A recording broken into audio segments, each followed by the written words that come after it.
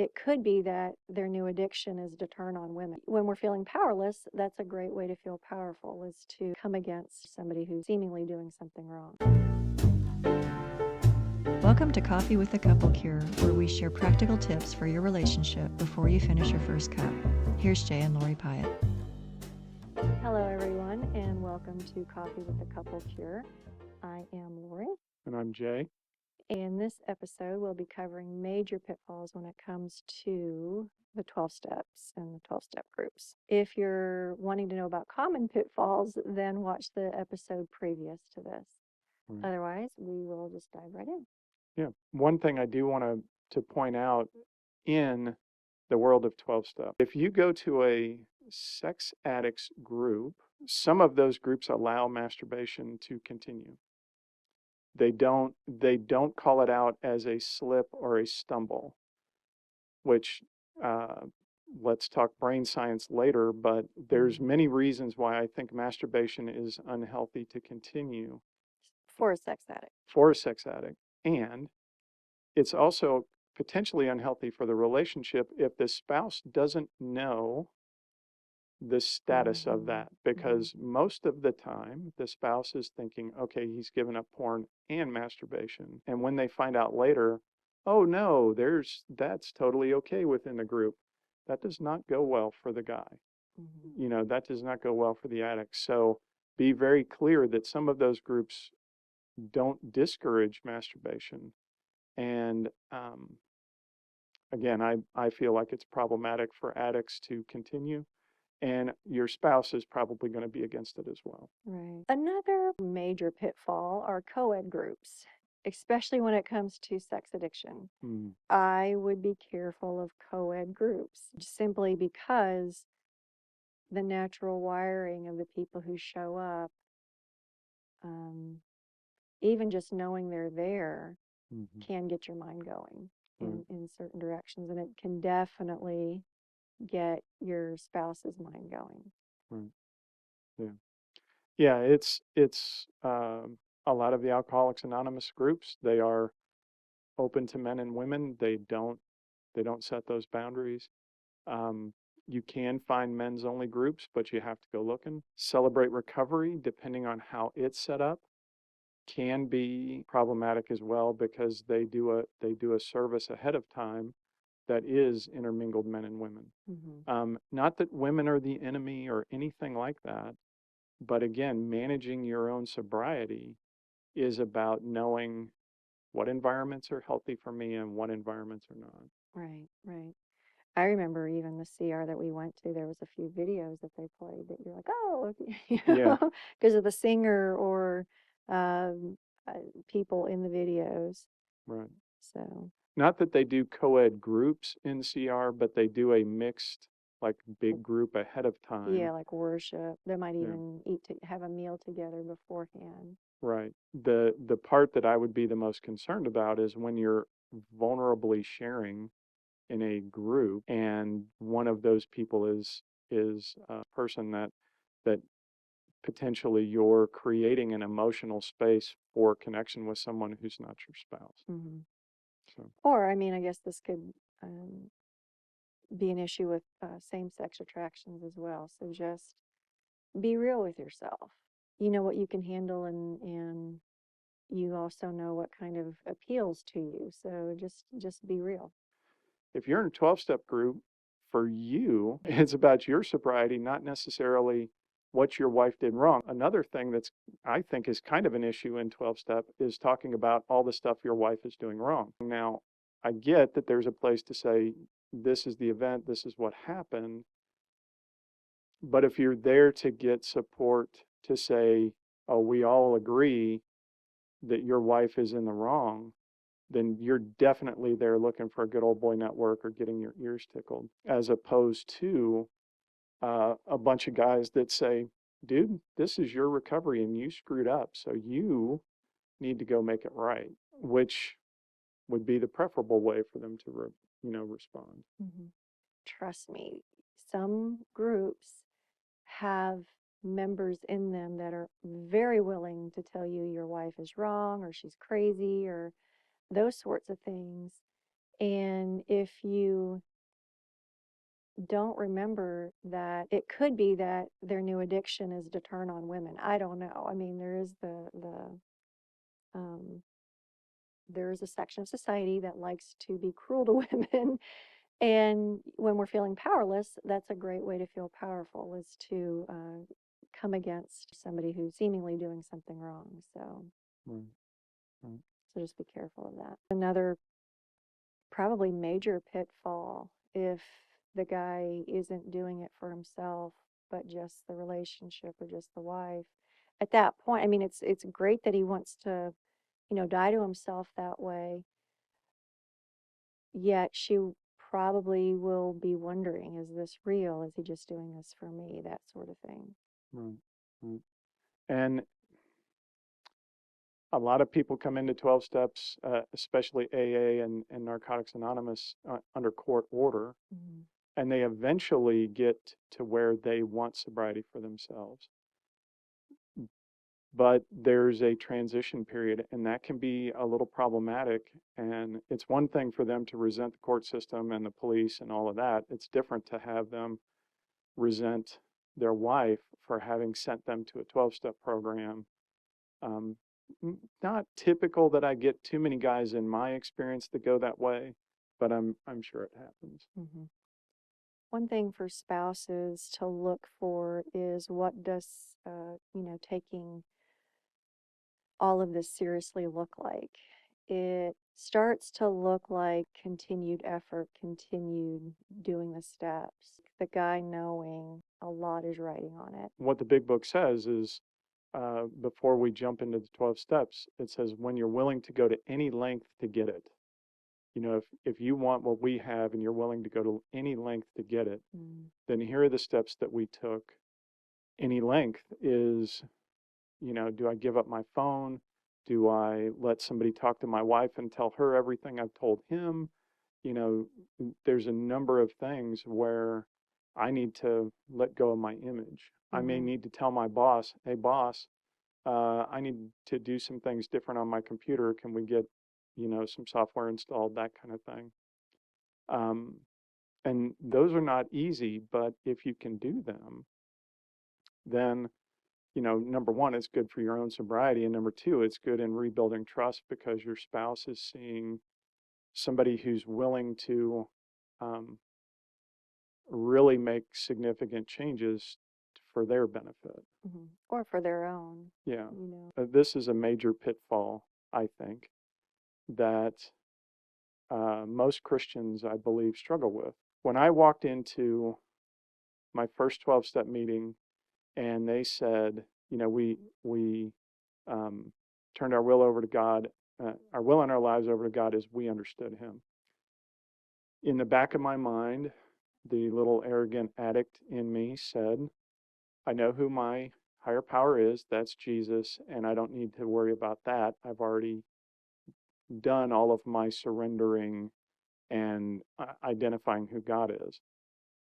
And so the first 3 steps, which are all about establishing my powerlessness, my surrendering to a higher power, and turning over my will and my life, I think a lot of Christians gloss over. I think they walk into it and say, well, I've already taken care of all of that.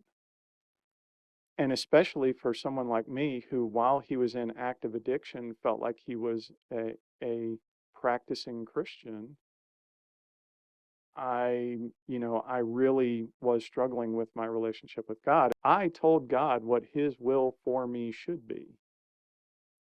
And as a addicted, quote unquote, Christian man, that was sometimes my relationship with God.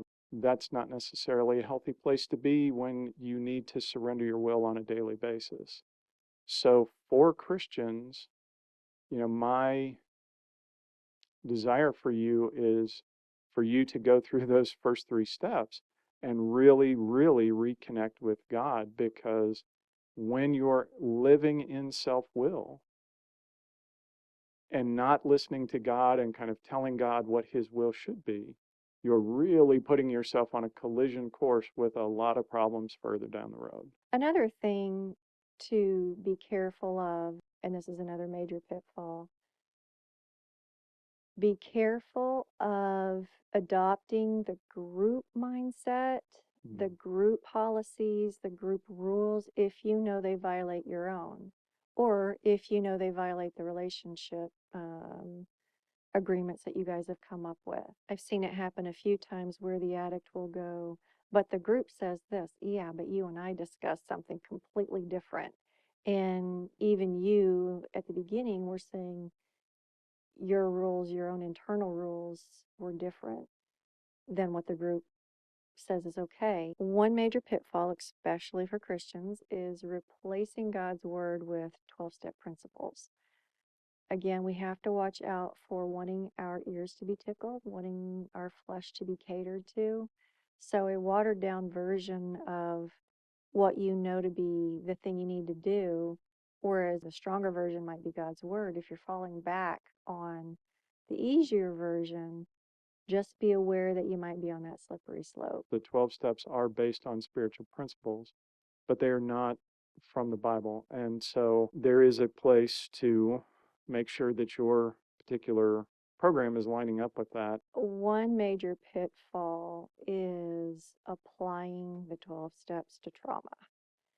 The 12 steps is about addiction that are harmful to us, not about things that are healthy for us. Relationship is healthy. Stable marriages are healthy. Trauma is not something we choose to go through. I always liken it to feeling like you're being held underwater. I'm going to fight. You know, I'm kind of addicted to oxygen. It's a good thing to be able to breathe. I don't need a 12-step group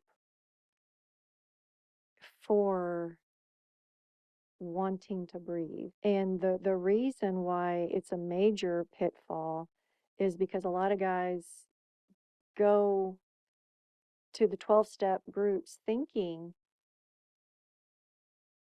this applies to everything. You know, they might not even know about betrayal trauma yet. And then they come home and apply this to their wives, saying, you're making me feel uncomfortable by wanting to talk about this, therefore you must be doing something wrong. You need to go through the 12 steps yourself. Whereas trauma takes a much, much different healing model that basically avoids calling her wrong, yet gets her to a really healthy place. So one absolute major pitfall is to try to apply the 12 steps to trauma or betrayal trauma. In fact, the last C.U.R.E 12-step group that we went to, me and another girl got together, and she had learned a lot about general trauma, and I had learned about betrayal trauma, and so we went to the leaders saying, we think a lot of these women have been traumatized. Consider putting together a trauma group. And that group looked so different than the rest of the 12-step groups. So consider that. If you are in a 12-step group, consider asking if there can be a trauma group as well. Because not everybody going to an S-Anon, I think they might be called, the Sex Addicts Anonymous, S-A-N-O-N. Some of them might be traumatized worse by the 12 steps. There is a good chapter in the big book written to wives, and yet it does have some problematic statements in that chapter.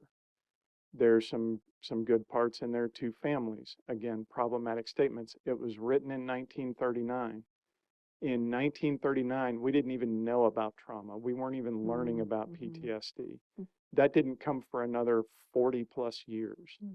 So the big book is not perfect in that regard, and it is very much about getting the addict to a place of not continuing to make things worse, but it's not necessarily about getting them to a place of making things better. A major pitfall is 12 steps typically go off of the codependent model, And the codependent model, if you read the book by the woman who I think coined that term, I think her name is Melody Beatty. Anyway, she has a new book out called The New Codependency. And in it, it's basically, are you doing the right thing for the wrong reason is what it looks like for relationships. And then it's kind of a moment by moment test. You know, your wife wanting to keep the relationship together, is it just a natural good thing to do? Yes, typically. And is it something that she's doing because you said you wanted the same thing? Are there small children involved? Are there young children involved that don't necessarily want to go through a split of their parents? It's good for parents to stay together. It's good for couples to stay together. It's good for them to do the hard work of denying themselves external pleasure in order to find that pleasure together. Not necessarily an addiction, not necessarily a relationship addiction, not necessarily codependency. In fact, the women who come to me, very few of them ever have an actual codependent addiction or codependency there. The unfortunate thing is nobody really can pinpoint what exactly codependency is. It basically started off saying, if I were codependent, according to the old definition of it, I would need Jay to be addicted in order to give me something to do, in order to allow me to fix him. That's different than what your spouse is probably trying to do. But all in all, whatever codependency is or isn't, understand the codependency model does not work for trauma. In fact, it can definitely make things worse. So be careful about the codependent model and applying those type of principles to a traumatized spouse. Jay talked earlier about the difference between sponsors and accountability partners. There's also a difference between those and mentoring. A mentor has gone through it. A mentor has gotten to where you want to be. Like we said before, sponsors may not have great relationships. So if you want to get to a good relationship, if you want to heal your relationship, if you want to rebuild the trust, then find somebody who's done that, who knows how to do it, who can help you through it, and who's good at it. And on that end, I want to suggest my husband's group. He started a new type of group called a deep dive group. And he also does single sessions and other types of groups. Right. Yeah. So I do a weekly big group that's sort of like a 12-step group, not entirely. And the deep dive group is about connecting with other men, which, you know, the more vulnerable we can get, the healthier we get.